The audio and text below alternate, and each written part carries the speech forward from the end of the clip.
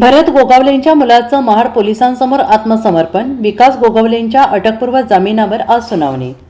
नगर परिषद निवडणुकीवेळी झालेल्या मारहाण प्रकरणात आरोपी असलेले आणि गेल्या काही दिवसांपासून फरार असलेले शिंदे सेनेचे मंत्री भरत गोगावले यांचे पुत्र विकास गोगावले यांनी शुक्रवारी महाड पोलिसांसमोर आत्मसमर्पण केलं आहे. विकास गोगावले हे आज सकाळी कोणालाही खबर लागू न देता महाड पोलीस ठाण्याच्या मागच्या दाराने आत गेले आणि पोलिसांना शरण गेले.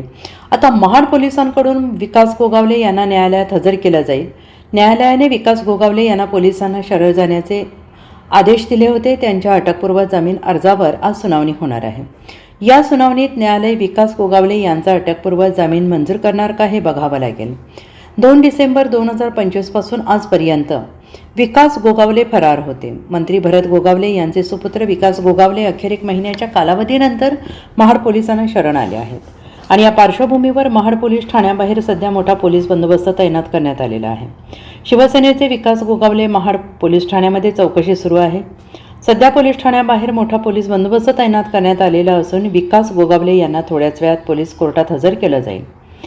मंत्री भरत गोगावले यांचे सुपुत्र विकास गोगावले फरार झाल्यानंतर हायकोर्टाने राज्य सरकारवर कठोर शब्दात ताशेरे ओढले होते.